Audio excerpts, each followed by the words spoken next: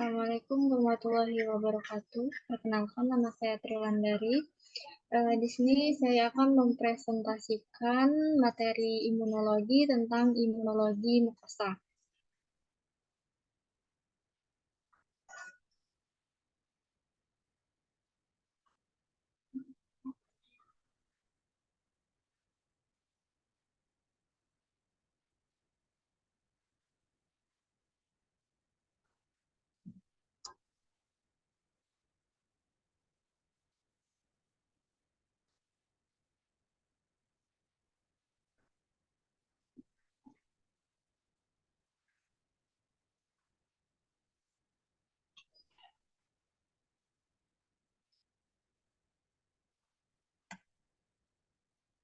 Yang pertama adalah pendahuluan.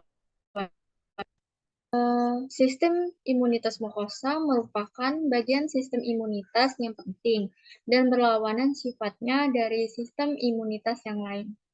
Sistem imunitas mukosa lebih bersifat menekan imunitas. Karena hal-hal berikut ini, mukosa berhubungan langsung dengan lingkungan luar dan berhadapan dengan banyak antigen dalam jumlah yang besar dibandingkan dengan sistem imunitas sistemik.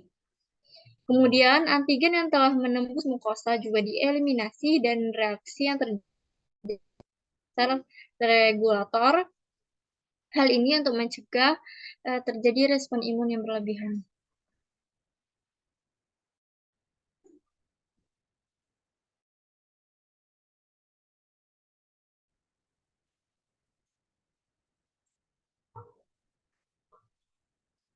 Selanjutnya, mekanisme yang dipakai adalah barier fisik yang kuat, adanya enzim luminal yang mempengaruhi antigen diri yang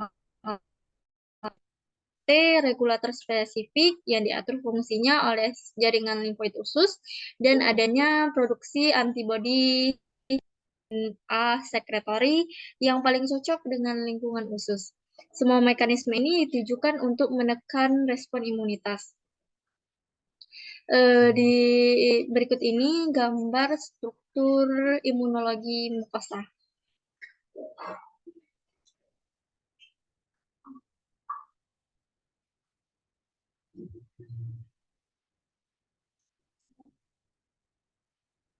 Selanjutnya, struktur jaringan mukosa ini ditemukan di saluran napas, di saluran cerna, saluran genital, dan kelenjar mamai.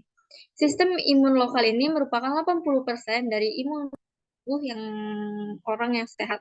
Sel-sel ini terakumulasi di dalam transit antara berbagai mukosa associated tissues atau MALT bersama-sama membentuk sistem organ limfoid terbesar pada mamalia.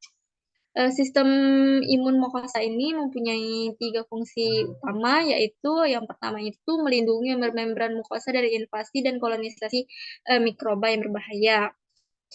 Melindungi pengambilan antigen terdegradasi meliputi protein-protein asing dari makanan tercerna. Kemudian melindungi berkembangnya respon imun yang berpotensi merugikan terhadap antigen-antigen bila antigen tersebut mencapai dalam tubuh.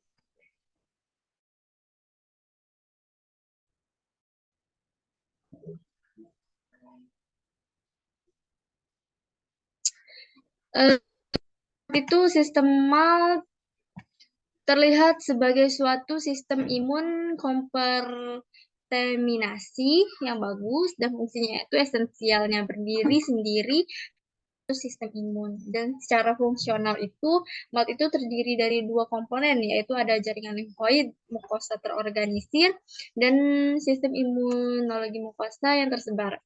Kemudian selanjutnya itu responnya umum imunologi mukosa.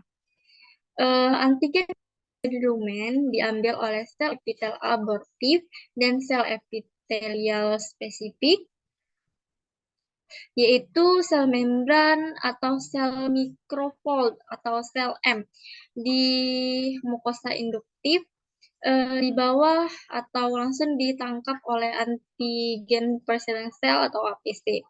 APC ini terdiri dari sel dendrit, sel limfosit dan makrofag dan direpresentasikan oleh sel-sel T. Respon imun mukosa ini dipengaruhi oleh alamiah antigen, tipe APC yang terlibat, dan lingkungan dengan kebanyakan tipe antigen non-patogen, protein makanan, jalur normal untuk sel dendrit mukosa, dan APC lain terlihat melibatkan sel T helper 2 dan respon berbagai sel T regulator.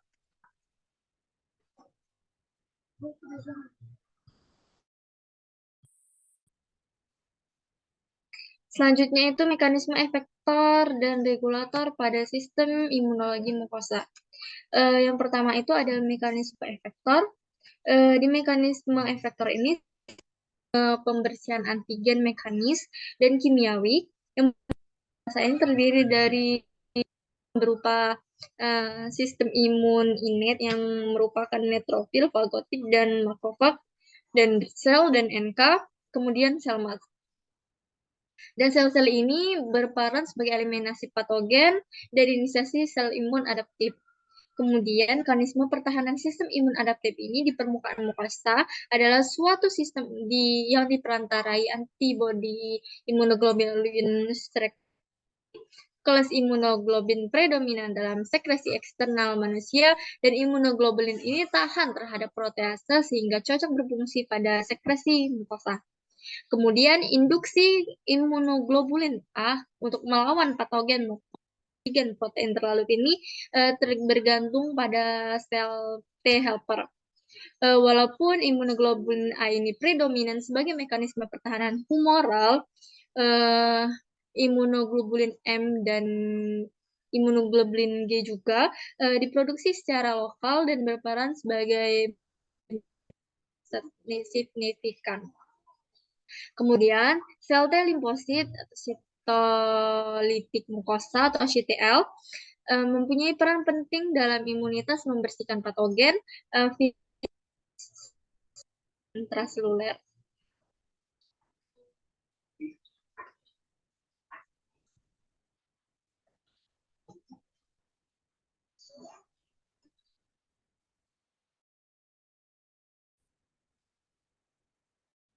Kemudian itu adalah mekanisme regulator.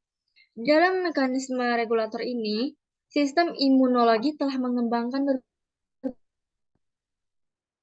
terhadap antigen sel.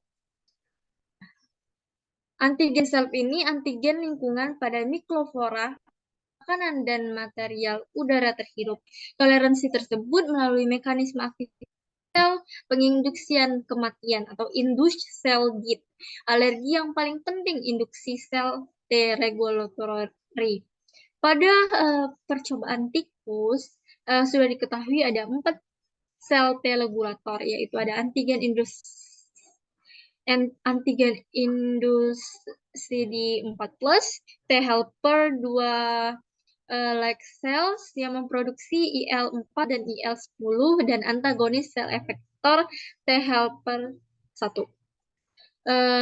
Yang kedua itu ada sel CD4 plus CD45 air blow yang memproduksi IL-10. Yang ketiga itu ada sel CD4 plus dan CD8 plus yang memproduksi TGF beta 3.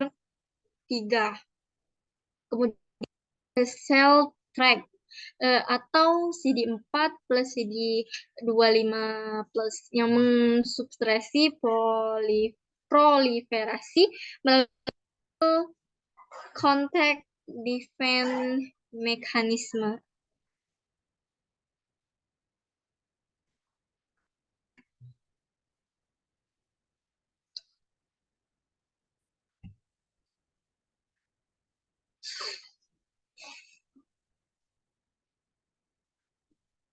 Kemudian itu ada mukosa pada masing-masing organ.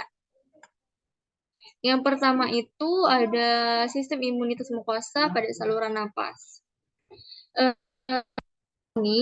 Sistem imunitas mukosa ini terdiri dari nose associated lymphoid tissue atau NALT, Kemudian ada Laring Associated Lymphoid Tissue LP dan The Bronchus Associated Lymphoid Tissue. Respon imun diawali oleh sel M atau microfold cells yang berlokasi itu di epitel yang melapisi folikel maut ini. Terus folikel ini berisi sel B, sel T, dan APC untuk pembentukan respon imun itu sendiri. Bertugas untuk uptake dan transport antigen lumen dan kemudian itu dapat mengaktifkan sel regulator. Sel APC dalam paru-paru terdiri dari sel dendrit tadi, submukosa, dan interstisial dan makrofag. Saat antigen masuk, makrofag akan mempengaruhi derajat aktivasi atau maturasi sel dendrit dengan melepaskan sitokin. Sel dendrit ini akan menangkap antigen, lalu memindahkannya ke organ limfoid lokal, dan setelah melalui proses maturasi, akan memilih limfoid spesifik antigen yang dapat memulai proses imun selanjutnya. Kemudian setelah menjadi sel memori, sel T dan sel B dan sel T ini akan bermigrasi ke MAL, yaitu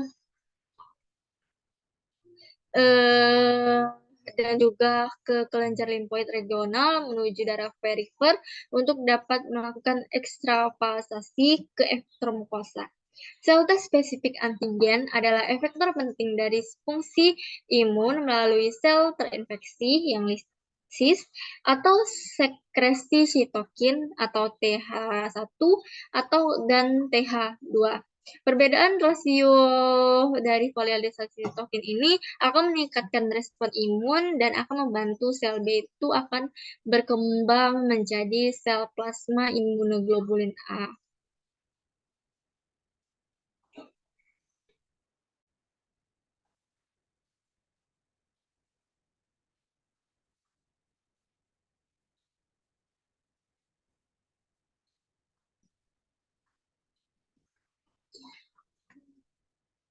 Selanjutnya ini ada sistem imunitas mukosa saluran. Eh, pada sistem imunitas mukosa ini, pertahanan yang paling kuat itu masuknya antigen ke dalam jaringan limfoid mukosa karena adanya enzim yang terdapat mulai dari mulut sampai ke kolon atau anus.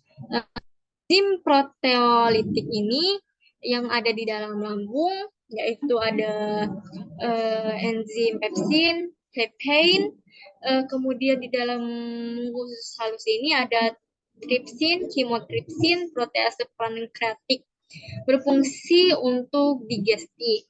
Pemecahan polipeptida menjadi dipeptida dan kemudian tripeptida ini bertujuan agar dapat terjadi proses digesti dan absorpsi makanan dan membentuk protein yang imogenik. Kemudian efek protease ini akan berlipat ganda dengan adanya garam, karbohidrat, dan akan didapat suatu sistem yang poten untuk meningkatkan paparan antigen.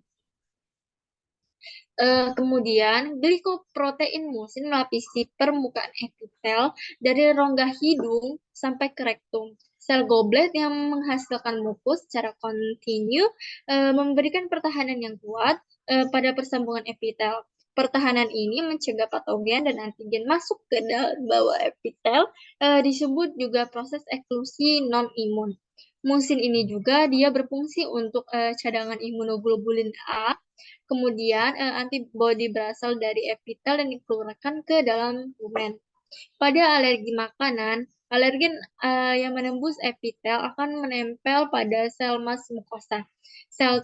Kemudian sel T itu akan teraktivasi dalam Peyer's patch setelah paparan dengan antigen tadi. Kemudian sel ini akan mengeluarkan transforming growth factor beta, memicu sel B untuk menghasilkan imunoglobulin A.